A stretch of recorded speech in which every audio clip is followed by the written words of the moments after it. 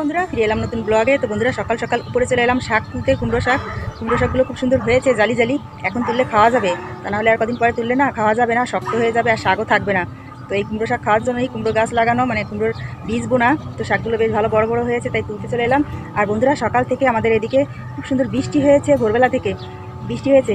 বৃষ্টি হয়ে ছাদে পুরো জল জমে গেছে দেখুন। তো আমি খালি পায়ে হাঁটছি, হ্যাঁ, উপরে এসে একটু খালি পায়ে হাঁটছি। তারপর এখন তুলবো, শাকগুলো তুলে নিয়ে তারপর নিচে যাব। তো বন্ধুরা, আমার হাতে বালতি আর আমি খালি পায়ে হাঁটছি, ভালো লাগছে। নিচে জল, ঠান্ডা ঠান্ডা, ভালো লাগছে।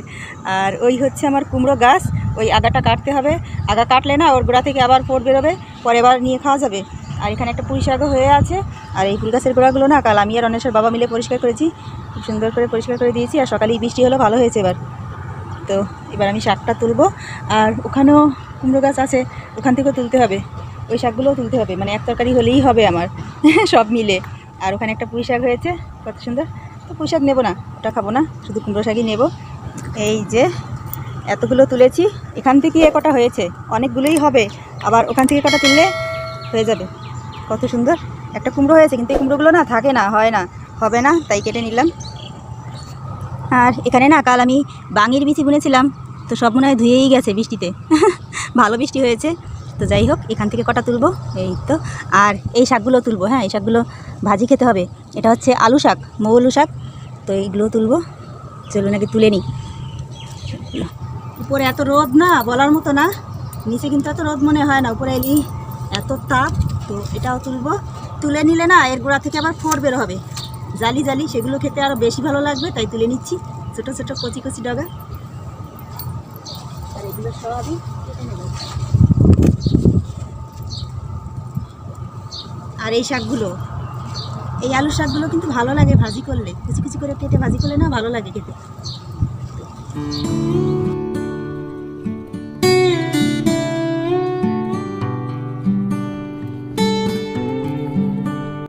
তুলে নিয়েছি বন্ধুরা, শাকগুলো কত সুন্দর, বেশ অনেকগুলো হয়েছে। বিচি লাগানো সার্থক হলো, হ্যাঁ, বিচি লাগিয়েছিলাম শুধু শাক খাওয়ার জন্য, তো খেতে পাচ্ছি।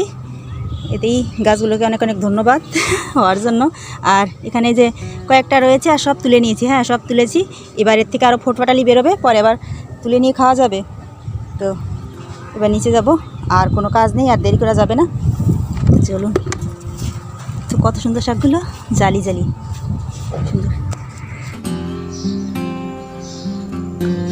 ভাত বসিয়েছি বন্ধুরা, ভাত বসিয়ে এবার আমি যাচ্ছি শাকগুলো কাটতে। শাকগুলো বাইরে রেখেছি, বাইরে বসেই কাটবো।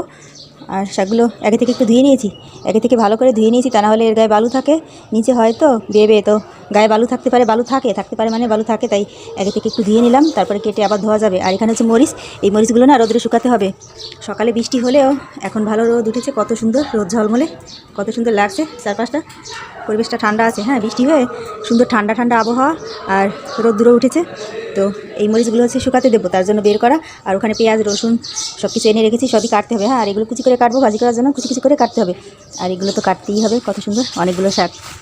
লাউ শাকের থেকে কুমড়ো শাক কিন্তু আমার কাছে বেশি ভালো লাগে। আর ভালো লাগতো যদি কাঁঠালের আঁটি থাকতো, কাঁঠালের আঁটি দিয়ে রান্না করলে বেশি ভালো লাগে, হ্যাঁ। তো কাঁঠালের আঁটি নেই, তাতে কী হয়েছে, এমনিতেই রান্না করলে ভালো লাগবে, ভালো করে মাছ দিয়ে, বেশি করে মাছ দিয়ে রান্না করলে ভালোই লাগবে। এক কুমড়ো শাক দিয়ে বন্ধুরা দু রকমের করেছি, তরকারি করেছি, আর করেছি হচ্ছে কুমড়ো শাক ভর্তা। আর এটা হচ্ছে সেই মৌলু শাকটা অল্প হয়ে গেছে, অল্প হলেই ভালো লাগে, শাক না বেশি হলে ভালো লাগে না, অল্পতেই ভালো লাগে। আর এখানে গরম ভাত অনেশের বাবার জন্য বেড়ে রেখেছি, এবার ও এসে খেয়ে বলুক কেমন হয়েছে শাকের তরকারিটা, আশা করি ভালোই হবে। কত সুন্দর লাগছে দেখতে, দেখতে তো ভালো লাগছে, এবার খেতে কেমন লাগবে জানি না। আর এই ভর্তাটা দিয়ে তো এক থালা ভাত খাওয়া যাবে। আর তো সবুজ হয়ে গেল, তাই না? একেবারে মনে দেয়নি, কেমন, দারুণ, ভালো, ভালো হয়েছে, দারুণ। তো বন্ধুরা ভালো হয়েছে নাকি? ভাত সবুজ হয়ে গেছে, হ্যাঁ, এরকমটাই হয়। কুমড়ো শাক ভর্তা সত্যি অসাধারণ খেতে, না খেয়ে থাকলে বানিয়ে খাবেন, সেই টেস্ট, ভালো লাগে, হ্যাঁ। তো বন্ধুরা, অন্বেষার বাবা তো খেয়ে বললো খুব ভালো হয়েছে। তো আর কোনো কথাই নেই, তো আপনাদের সঙ্গে আবার কথা হচ্ছে, আবার দেখা হচ্ছে নতুন দিনে নতুন ব্লগ নিয়ে। ভালো থাকবেন সবাই, টাটা।